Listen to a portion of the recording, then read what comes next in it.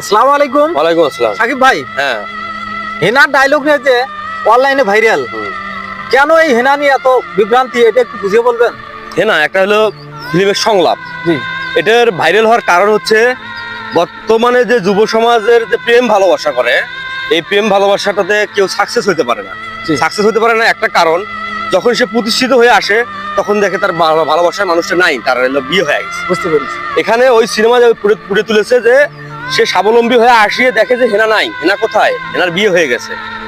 এইরকম বর্তমানে ছেলেরা প্রেম করে ঠিকই, কিন্তু তার প্রেমের মনের মানুষটাকে পায় না সে সময় মতো প্রতিষ্ঠিত হতে পারছে না এবং তার মনের মানুষটাকে পাইতেছে না। পারতেছে না।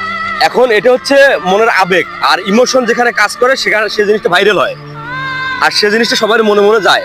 জি জি। এই জিনিসটা এটা হওয়ার কারণে এটা সকল মানে পুরো বাংলাদেশে এই জিনিসটা ভাইরাল, কারণ সবাই কিন্তু প্রেম ভালোবাসা করে এবং এই ধরনের ঘটনা সবার মাঝে ঘটছে কম বেশি। 95% লোকের মাঝেই ঘটে এই ঘটনা। বুঝতে পেরেছি, যে সময় প্রতিষ্ঠিত হওয়ার কথা ছেলেটা তারপরে হলো প্রতিষ্ঠিত, এই কারণে হেনার আগে বিয়ে হয়ে গেল। হ্যাঁ, আসার পর বলছে যে হেনা কোথায় চাচা, তখন চাচা বলছে যে হেনার বিয়ে হয়ে গেছে। এই কারণে অনেক ছেলেরা ব্যর্থ হচ্ছে। কথা হচ্ছে শিক্ষণীয় বিষয় এটা।